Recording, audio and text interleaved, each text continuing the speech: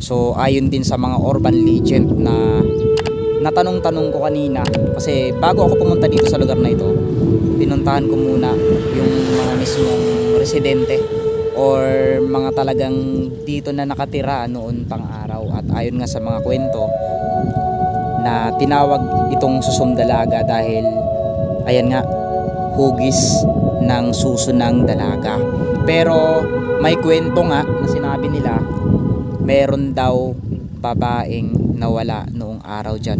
So bali noong araw po itong lugar na ito halos wala talagang katao-tao ito. Walang tao nung dumating lang. Ilan lang ang bahay dito ng araw. Sila sungkod yan. Kaunti. Ilan lang parang, kasi ano ito pastuhan nung araw. Noong araw po ito pastuhan. May babae daw na magandang dalaga. Ngayon, nawala daw. So yan, medyo napahinto lang ako dito mga kalahi. Yan, huminto ako dito sa lugar na ito kasi eto na yung view. So yan, grabe oh. So nakaupo lang ako dito, pakuyakoy. Siyempre ikikwento ko sa inyo yung kwento ng lugar na ito. So yan, bago natin simulan itong kwento na ito,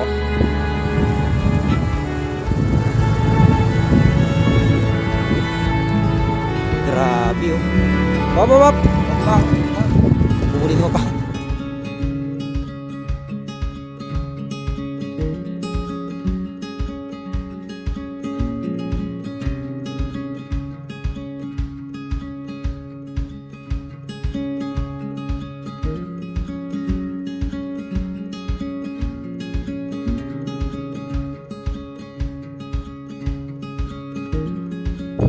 So yan mga kalahi, bago natin marating yung pupuntahan natin ngayong araw, dumaan muna tayo dito sa Batuili, na kung saan isa rin sa napakagandang lugar dito sa Occidental Mindoro. So ang Batuili nga pala ay matatagpuan sa Barangay Monteclaro, San Jose, Occidental Mindoro, na marami ring kwento ang mga sinasabi sa akin ng mga tao dito.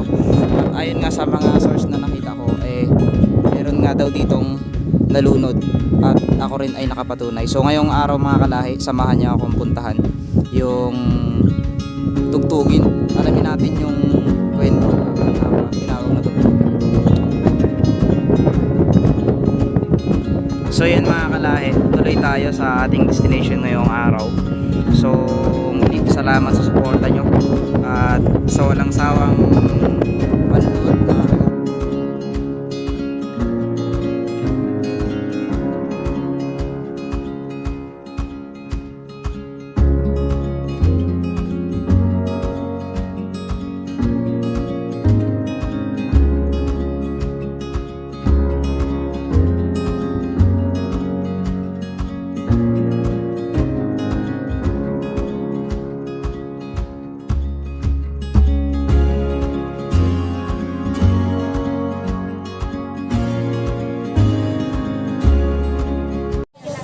So yan mga kalahi, nandito tayo ngayon sa Sitio Tugtugin, Barangay Batasan upang alamin yung totoong kwento ng Sitio Tugtugin na ito. So syempre bago tayo mag-vlog ng mga ganitong kwento, aalamin muna natin sa mismong taga rito kung ano nga ba yung totoong kwento, kung bakit nga ba tinawag na Tugtugin ito, dahil marami ang nagre-request sa akin na i-vlog ko ito. So ayan po, ano pong pangalan nyo, Nay? Lolita Juarez. Bakit po tinawag na Tugtugin itong lugar na ito? Kasi nung unang panahon, 1970, laging gusto ngayon, gusto noon yung mga sayawan tuwing sityo-sityo. Kaya yung iba-ibang mga baryo, nagdayo ng yung mga ng mga dalaga, yung tapos yung kung saan dyan makarating, Batasan, Tulman, Naitan, gano'n. Kaya binasaga dito na Tugtugin. minsan dito sila nagpapasayaw. Iba mga mangyan yan dito nakatira dati. Kaya masayahan. Noong una po, mangyan talaga mga tao dito. So yun. Diba masayahin yan sila ating gabi, nagatugtog, nasayawan sila. Ang saya naman dito noong araw. So bali noong araw po, itong lugar na ito, halos wala talagang katao-tao ito. Walang tao nung dumating Bihira. kami. Ilan lang ang bahay dito ng araw. Sila sungko dyan. Kaunti lang. Ilan Kaunti. lang parang, kasi ano ito eh, pastuhan yung araw. Noong araw po ito, pastuhan. Ngayon, ang tatay ko ay, pinaka-heads ng mga minorities. Mhm. Dito, nakausap niya si Mayor Santos na magkaroon ng baryo ng sityo. Pero sakot ng batas. So, yung about po sa Susumdalaga, so ito na po, no. Yung Susumdalaga po kasi may kwento dyan noong araw na mayroon daw babaeng nawala na pinaniniwalaan nila na kaya nga tinawag na Susumdalaga yan ay mayroon daw na walang babae dito at hindi na nakita hanggang sa ngayon. Yung about po sa kwentong mga ganun, aware po kayo na about sa ganung kwento nila dito. Siyempre, bilang taga dito po, siyempre, naririnig nyo na rin po sa kwento ng mga ilang tao kung ano nga ba yung kwento ng lugar na ito. Siyempre, Susumdalaga. Siyempre, tulad ko rin po na ganito, naniniwala din po ako sa mga urban legend o kwentong matatanda noong unang panahon. So, ayon po sa mga ninuno nyo, po yung masasabi nyo tungkol dun sa babaeng ano na yun. Yung kwento nila. So- Kaya naniwala din kami na ganun. So, ano po yung nangyari noon? May babae daw na magandang dalaga. Mhm. Ngayon, nawala daw. Tapos, nung mga ilang panahon, Hmm. Yan ang kaya bumubo. yun, hindi, Ayan. likas yan. Likas po yan. Likas talaga yan. Kaya tinawag na susong dalaga kasi nga, yan ang shape ng ng Susong dalaga. babae, oo. Ah. Pero sa totoong, tatlo yan. Tatlo po yan. Tatlo yan, nahagan Pag yan. doon ka sa naitan, Pag doon ka sa tatlo naitan, talaga yan. parang dalawa din Aha. siya. Pag dito ka, yun yung pinaka-front dito. Yan. Para Mm, siyang walang dalaga. Parang susunod. ganun po pala yun. So, may ano po dyan, no? May kuweba dyan sa lugar na yan. So, yun kasi yung inaano namin, may Uy, kuweba. maganda ang kuweba dyan, ha? Dyan po. So, pag ano po, pwedeng puntahan yan ng mga tao yung kuweba na yan. Ito naman, itong mahal na araw, punta kayo doon. Sige po. Bali, ganun na lang. Maganda yan. So, salamat po. Nay, ano nga pong pangalan nyo ulit, Nay? Lolita. Lolita Juarez. Kaya po, Nay? Shirley Stasio. Yan. So, thank you po sa kay Nanay Lolita at kay Nanay Shirley sa kunting knowledge about doon sa Susumdalaga or dito sa Sitio Tugtugin. So, ngayon kasi, bago ako pumunta o bago ko puntahan itong Susumdalaga or bago ko ikwento sa inyo yung urban legend, syempre, kailangan meron tayong proof na sa mga taga dito. So, yun mga kalahi. Pupuntahan natin ngayon at titignan natin kung ano nga ba yung ganda ng Susumdalaga ng Tugtugin. So yan mga kalahi, kung mapapansin nyo nga itong lugar na ito. So yan, dito tayo.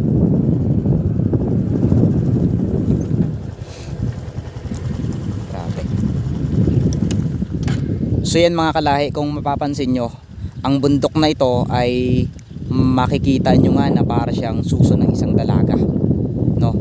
So ayon din sa mga urban legend na natanong-tanong ko kanina, kasi bago ako pumunta dito sa lugar na ito, pinuntahan ko muna yung mga mismong residente or mga talagang dito na nakatira noon pang araw. At ayon nga sa mga kwento na tinawag itong Susumdalaga dahil ayan nga, hugis ng suso ng dalaga. Pero may kwento nga na sinabi nila meron daw babaeng nawala noong araw dyan. Napakagandang babae daw. So mga kalahi, imagine sa napakagandang bundok na ito ay may kwento pala na masalimuot, na sabi nga ng iilan na natanungan ko, tuwing Biyernes Santo daw may nakikita silang babae na nakaputi na nagpapakita sa lugar na yan. At ayon din sa ilan, baka iyon na nga yung babae na pinaniniwalaan nilang nawala noon at nagpakasal sa isang engkanto. Grabe. So yan, may kwento rin tungkol doon sa may Tugtugin. Sa Sitio Tugtugin, kaya pala tinawag na Tugtugin yun dahil nga doon sa, sige, ilalagay ko na lang dito sa description kung paano naging Tugtugin to. So bago yan, pupunta tayo sa tulay ng Naitan, Sitio Naitan, dahil napakaganda nga at isang tourist spot din sa atin. So mga kalahi, nandito tayo ngayon sa Devil's Mountain at Grabe, ang ganda talaga ng Devil's Mountain mga kalahi, no?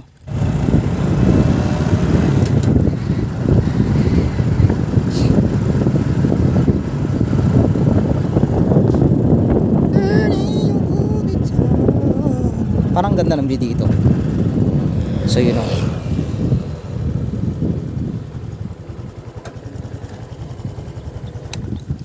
So yan, medyo napahinto lang ako dito mga kalahi. Yan, huminto ako dito sa lugar na ito kasi eto na yung view. So yan, grabe oh. So nakaupo lang ako dito, pakuyakoy. Siyempre ikikwento ko sa inyo yung kwento ng lugar na ito. So yan, bago natin simulan itong kwento na ito, shout out muna or thank you sa lahat ng mga OFW na sumusuporta sa akin. Kahit alam nyong nagsisimula pa lang ako, alam mo nakakataba ng puso na, so you know, nakakataba lang ng puso na kahit nagsisimula pa lang ako, nararamdaman ko na yung suporta ninyo. So yun nga, dahil nga sa inyo, nagpupursige ako mag-vlog at ipakita yung mga ganto kagandang lugar, at ipapakita ko rin sa inyo or ikikwento ko rin sa inyo yung mga urban legend. May mga nagtatanong kasi or may mga nagsasabi sa akin, ang vlog ko ba talaga ay isang katatakutan, horror, creepy? Ito, nasasabihin ko na yung totoo ha. Ang vlog ko po talaga is mix. Kumbaga, nakafocus ako sa nature, nakafocus ako sa kwentong probinsya. So, binablog ko yung mga gandang lugar at sa likod po nun, gusto kong alamin yung kwento. Yun po yung gusto ko eh. So, yun po yung gusto kong i-express or express ba? Tama ba? Yun yung gusto ko ikwento sa inyo. So, yun nga. Yan. Grabe oh, napakaganda. Meron nga daw kuweba dyan na dalawa sa magkabilaang bundok na yan. Yun mga kalahi ang kwento sa akin. Tapos bukod sa may kuweba nga dyan, yung tungkol nga sa babaeng nawala noon pang dekada. So sobrang tagal na yun. Ayon nga sa napagtanong ko kanina kay Nanay Lolita, yung kwento nga na yun ay kumbaga naging saling lahi na rin sa mga taga dito. So tulad ng sinabi ko, ang kwento na yon ay naikwento na nung bata pa ang lolo niya. So napakatagal na yun mga kalahi. At ayon nga si Ilan, kaya tinawag na tugtugin ang lugar na yon dahil masasaya daw ang mga tao doon. So kaya pala tugtugin. Yung may mga urban legend kasi akong natanong, bakit may siguro, sabi ko, bakit tinawag na tugtugin ito? Dahil nga daw noong araw may tumutugtog dito. So normal lang tayo dyan sa mga kwentong tugtugan na yan. Pero at least nalaman natin na noong araw pala ang mga tao sa sitio tugtugin ay pure mangyan daw. Yun yung sabi sa akin. At bukod sa mga mangyan nga daw ay masasaya ang tao noong araw dun. Dahil kahit hating gabi ay nagpapatugtog sila ng iba-ibang instrumento. So ganun pala kasaya ang tao dito sa Barangay Batasan. No? So ganun natin napatunayan na napakasaya pala ng tao. So at least kahit papaano meron na tayong alam ngayon dito sa sitio tugtugin. Yan. Grabe oh. Para talaga siyang suso ng isang dalaga. Grabe, ang ganda.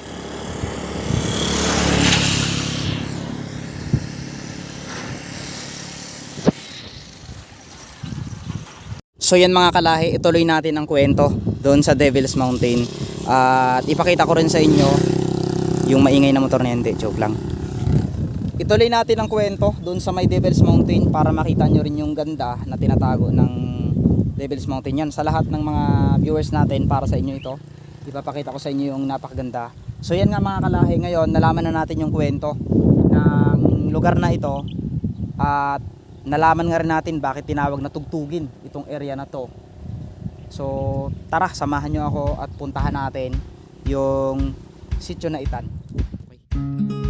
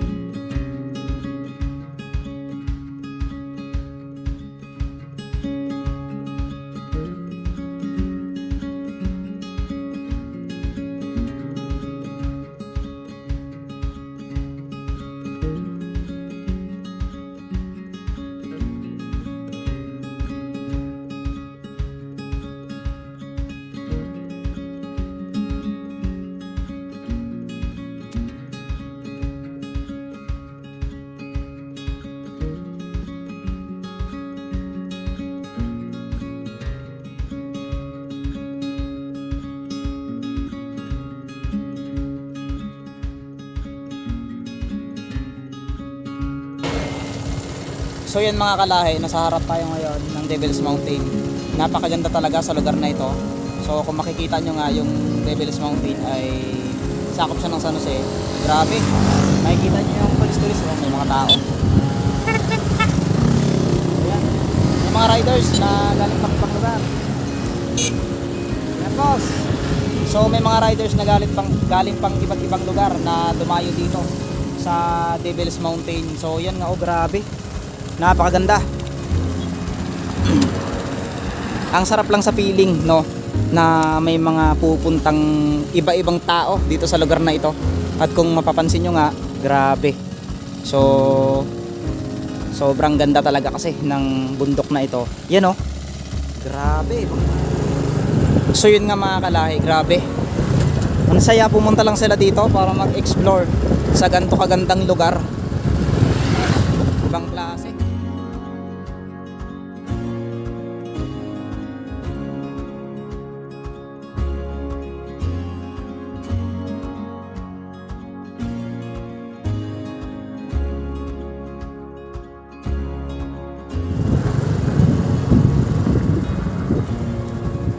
Grabe, oh. Hop, hop, hop. Wag Pulin mo pa. Ibang klase. Masasabi mo talagang iconic ang lugar na ito dahil kung makikita mo yung mga formation lalo ng bundok na ito, ay grabe. Sobra talaga mga kalahi, oh. Ayan, oh, sa mga OFW natin dyan na gustong umuwi dito sa Pilipinas at gustong bisitahin itong Devil's Mountain. So mga kalahi, eto na siya sa harap nyo. Pangarapin nyo na lang, pupuntahan nyo na lang. So mga OFW natin dyan, shout out sa mga gustong umuwi at i-enjoy yung magandang buhay dito sa Mindoro. You know, grabe. Grabe, no, kakaiba. Kakaiba itong shape ng bundok na ito mga kalahi. Sayang lang nga yung mga parte ng ibang bundok na yan, sinunog na nila. Pero kapansin-pansin lang, itong isang area na ito ay hindi siya nasunog. Talagang pinoprotektahan ng kalikasan itong lugar na ito. Grabe.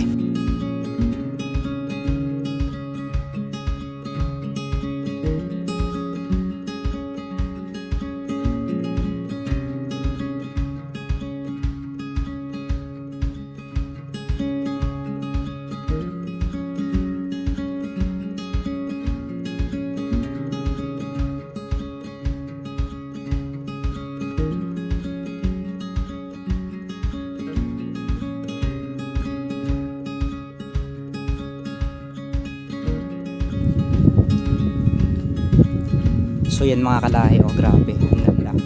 Tinatawag lang nilang demonyong bundok ito pero napakaganda pala. So yan, may mga tao dito na tumambay sa lugar na ito, you know? So galing pa silang sa grabe, napakaganda ng bundok na ito.